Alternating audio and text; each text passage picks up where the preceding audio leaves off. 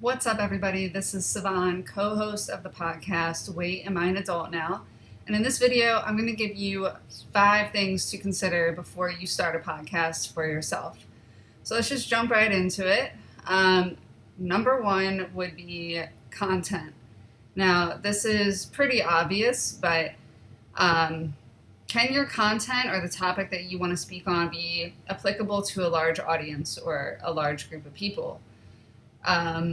And when you're considering this, what is your personal story? What are some of the things that you've been through in your life that you can either educate on through your own personal experience or things that you are just knowledgeable about? For me, that's graphic design, it's branding, now it's podcasting. For my co-host Shelby, that includes corporate coaching and helping women find out what it truly is to stand in your power, be vulnerable, and really become leaders in the world. So, what personal experience can you bring into interviews, and what's your personal story? What are those really key trigger points or moments in your life where you can look at and be like, wow, I overcame this really incredible thing. And because of this, I can share my story with others and encourage them in some way. Also, when it comes to content, be aware that your content and the show that you come up with is going to develop over time. It's not always going to stay the same. So be open to have it become this living, breathing thing that changes over time. And I'll use our podcast as an example, but when Wait, Am I an Adult Now first started, we originally wanted it to be a podcast that catered to young adults, and it was just Shelby and I giving advice on life and things like relationships and money and personal development. So it was just the two of us talking for about an hour with each other about certain topics on life. And then I would say about 3 months or 6 months into our first year, we did an interview with somebody, and we really enjoyed that interview. And we realized that through sharing other people's stories and sharing other young adults' journeys through their own success and life path and their own ways of figuring it out, that we could really share so much more than the two of us, just based on our own personal experience. So after the first year, we decided to pivot a little bit and include more interviews in our content, and really plan to have 2 interviews a month rather than the once a month that we were doing before. So consider content. What is it that you can talk about? What is it that you are personally knowledgeable about? Don't try to teach on topics that you know nothing about. That's what interviews are for, and that's why interviews can be so valuable and bringing people on. So now, number 2 would be time commitment is another thing that you have to consider before starting your own personal podcast. And what does that mean? So time commitment comes in many different ways. For us, I live in New Jersey. Shelby lives in Philadelphia right now. So time commitment in terms of traveling, planning out, scheduling out your episodes, emailing, planning, even editing and branding, and just all the stuff that goes along with having a podcast. A lot of people think it is easy, and it can be very easy and fun to do, but you have to make sure that you do your podcast at a pace that works for the time commitment that you can give to it. So in our first year, we put out about 2 episodes per month, and now we are putting out 6 episodes per month. 2 of those are hour-long interview episodes that we release bi-weekly on Wednesdays. So every other Wednesday we put out an interview episode. And then every Friday we put out mini episodes that are 15 minutes or less. Now, we didn't get there right away. We didn't start putting out 6 episodes until our second year. And a lot of that comes down to what it's going to take to put it out there into the world. So for our podcast, it was very easy for us because we didn't have to hire somebody to do the editing for us. I already have that skill set. I know how to edit audio. I know how to edit video. I'm in the creative fields. I do design, branding, video production, all that stuff. So when it came to creating our cover art, designing our branding, putting up our website, creating all our social media images, editing the audio, scheduling out the episodes, and then publishing them live, like all of that falls on me, and I love it, and it's so much fun. But if neither you or a potential co-host, even if it's just you, if you don't have the skill set to do all of that, consider what it's going to take to hire somebody to help you do that for you. So yeah, time commitment is a big one. Making sure that you have the time available and you can make it very easy for yourself. For our podcast, I know that our time commitment is bi-weekly. So every other Tuesday, we dedicate 1 hour of our time to do an interview. And then once a month, Shelby and I get together and we batch record our Friday 10-minute episodes, which are quotes of the week.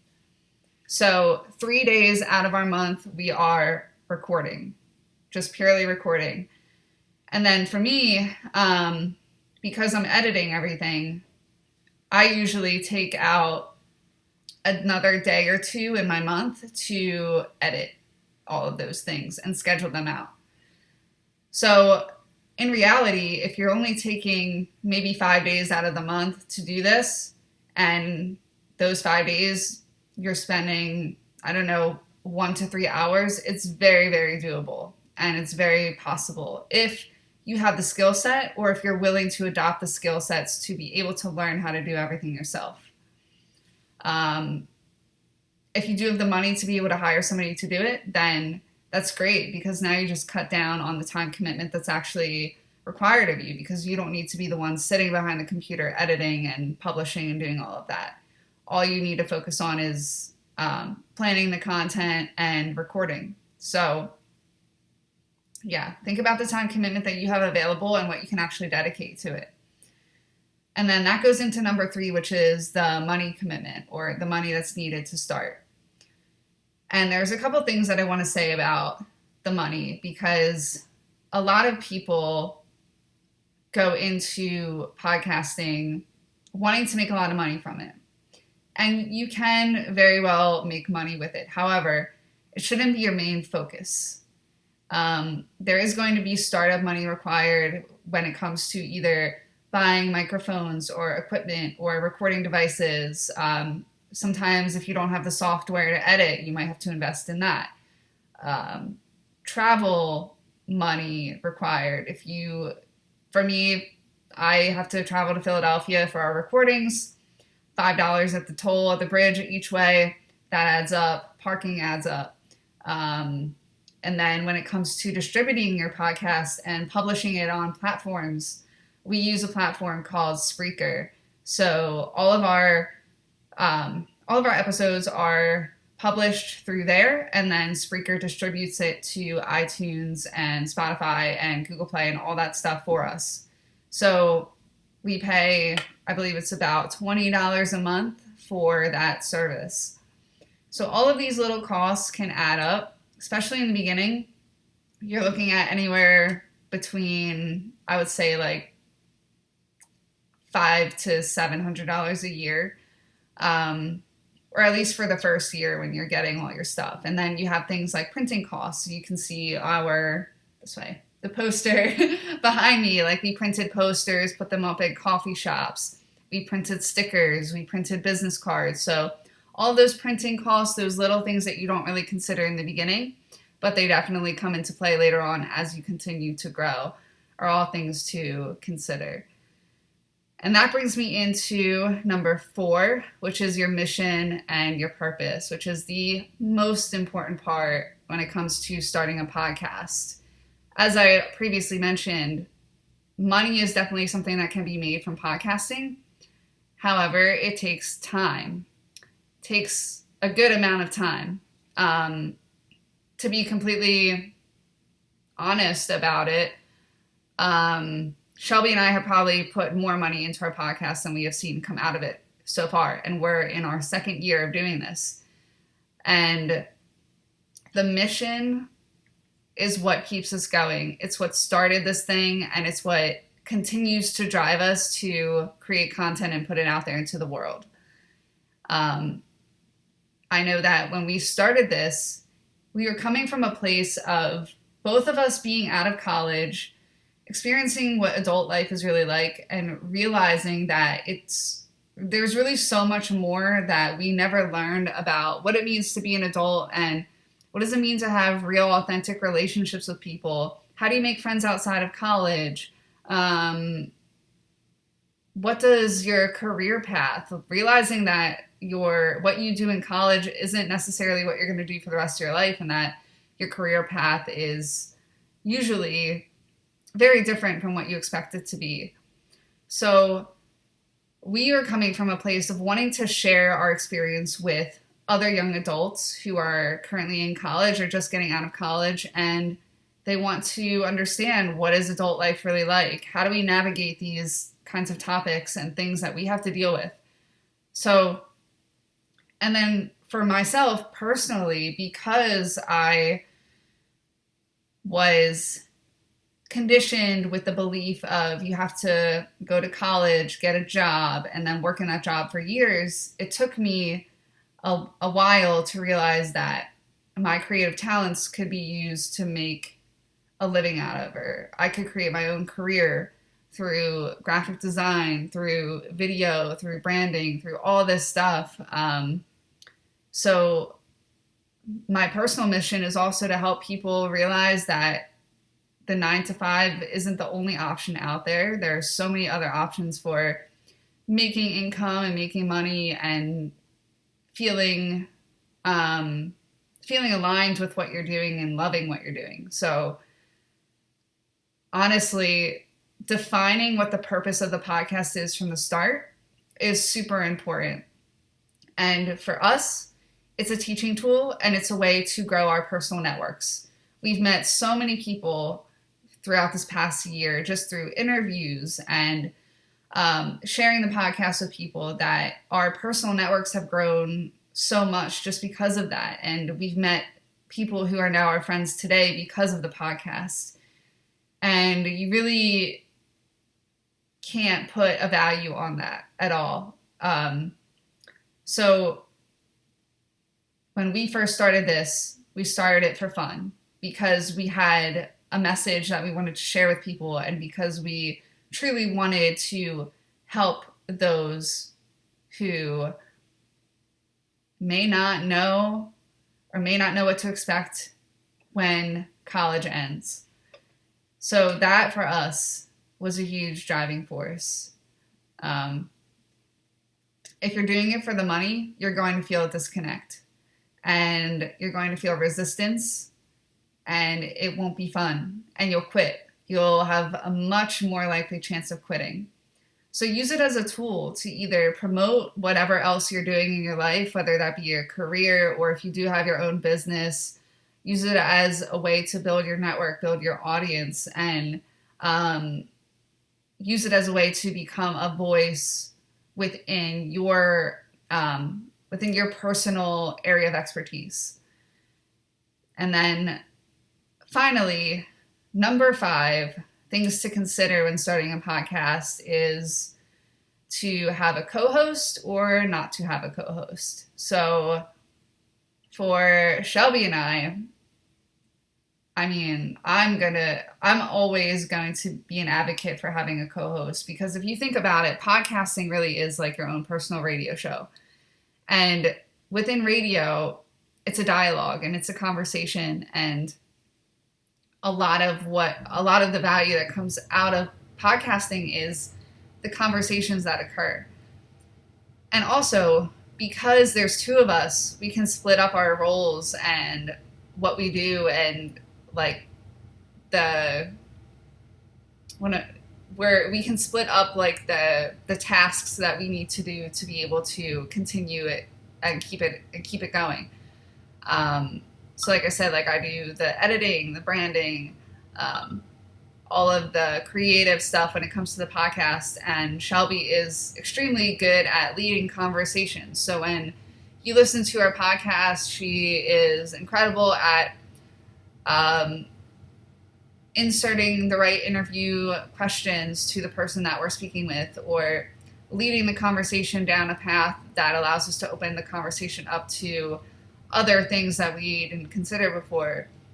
She's great at speaking, planning, emailing all of the people that we have come on to let them know when their episode is out and to confirm their appointments with us. And like all of that, those little things definitely help. So having two people is a great way to split up like everything required to keep it going. And like I said before, it's a conversation, it's a dialogue, and it makes things a lot more interesting to listen to. However, if you do want to do the podcast yourself, that's completely fine. But I would say consider what you're going to bring into the podcast. Will you include interviews to keep that dialogue going? And just a good example of this is the fact that I tried to start my own personal podcast outside of the one that I do with Shelby. And it is way more difficult than I thought it would be. Like, we had been doing this podcast for 2 years, and everything feels so easy and natural and fun, and conversation flows very easily during our interviews, and it's because we have more than one person. But when I had to sit in front of a microphone, much like I'm doing right now, it's a lot more difficult to know what to say next than it is when you have somebody else right in front of you, feeding off of your energy, responding to the thing that you just said, picking up where you left off. Like, there's so many unknown factors that you don't consider when you do something on your own. So yeah, podcasting by yourself is extremely difficult. And the other thing that I will mention is that you require a lot more energy to bring forward the message you're trying to send. So, for example, you don't want to listen to somebody talking on and on and on for 15 minutes. When you're podcasting by yourself, it's very helpful to have an outline or a plan or notes on the things that you want to talk about, the points that you want to make, because otherwise you could just ramble forever and it will never end. So definitely consider either having a co-host or bringing other people onto your podcast to make the conversations more engaging, to make it more fun for you, and to make it less of a job for you, because this should be fun. If you're starting a podcast, it should be 100% for fun. And magic just kind of happens when you do things just out of pure joy and not expecting or having unrealistic expectations for what it could bring you.